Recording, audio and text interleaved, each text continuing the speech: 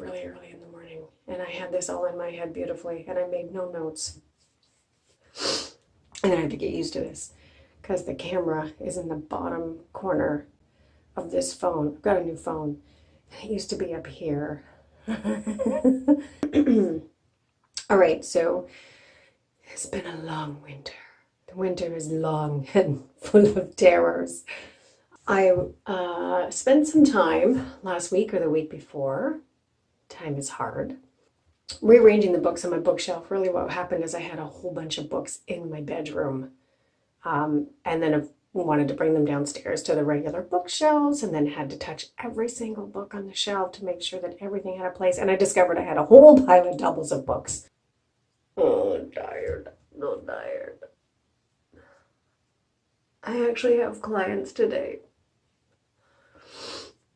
Okay, so what I wanted to do was talk a little bit about the power of other people's words and other people's magic.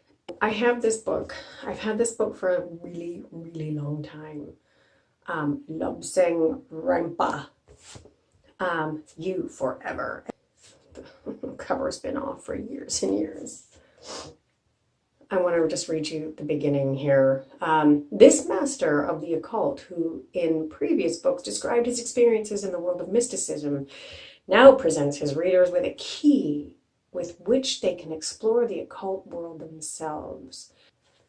Like first it goes into some science. Do you like this 1970s picture of an atom? It's pretty far out. The solar system. Here, let's do it this way. The solar system. That's the solar system for sure. So I think I acquired this book when I was around 16. Which was a very, very long time ago. Here's a picture of the etheric. Here's a nice picture of your auras and the lines of the auras. Isn't that magnificent? So when you use somebody else's words to explore your aura, or you use somebody else's words to explore astral travel, or you go to where they tell you to for astral travel, or meditations. That thing where they take you on a hill and then you talk to this certain person. I've always felt, especially after reading this kind of thing, and the language that the author uses to guide you, ends up putting you in a place where their energy controls you, or they're using your energy. So I've always kind of felt like with spell books, although I really like using things that you read in a spell book and how to make a spell, or meditations in meeting your spirit guide, or meditations in finding your own sacred space, or creating your own sacred space.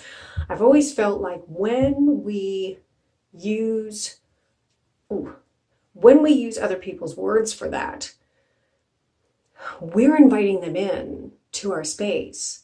So I feel like that, although we can read lots of books as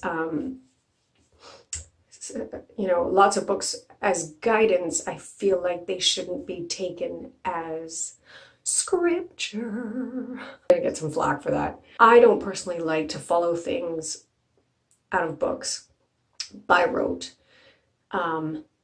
unless I trust the person who has written it or who has put it together. I think that's another reason why I don't almost ever do circle with anybody.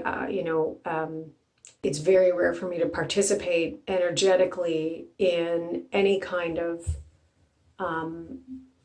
energy raising. I need to know everybody that's participating. I like to know their intentions. So anyway, God, it's early. Boring teacup today because it was the biggest one in the cupboard that I could find. I think that what my whole point is that, although books can be amazing teachers, the author themselves, do you know what their intentions were when they wrote this book? Do you know what their intentions are? Because I feel like there's always an exchange in terms of, if I follow through with the exercises exactly how they have prescribed, I'm also then exchanging some of my energy for that information. Maybe that was the best way to put that. I'm always super particular about taking things, I guess, with a grain of salt. Isn't that a funny word usage in this moment? Because salt's protection. Just because I don't know him, I don't know what the intentions were. And some of the language that he uses in this particular book is really commanding. I don't know if it's just because I have a problem with authority figures that I was like, no. Or if it was,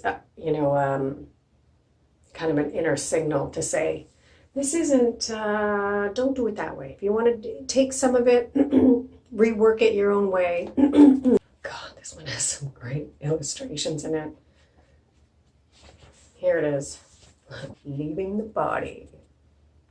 Look. Just floating. Look, there's the 1970s illustration. Let's see when this book was actually done. Originally published 1965. Copyright 1965. This particular book is from 69. If any of you have ever read this book also by chance, or you are familiar with this author, I'd love to hear from you in the comments. That'd be really interesting to me, just because I've had this book for a long, long time. All right, that's it. That's for today. Winter's been long. Hopefully we'll be done it soon. There'll be more light coming in the bathroom so that I can make better videos. It's also been dark in here. I can't make videos when it's dark. Anyway, that's enough waffling on. I gotta get my day together. I got some clients today. Let me know what you feel about using other people's spells, meditations, teachings, and if you've had what your positive or negative effects have been in terms of that energy exchange with the author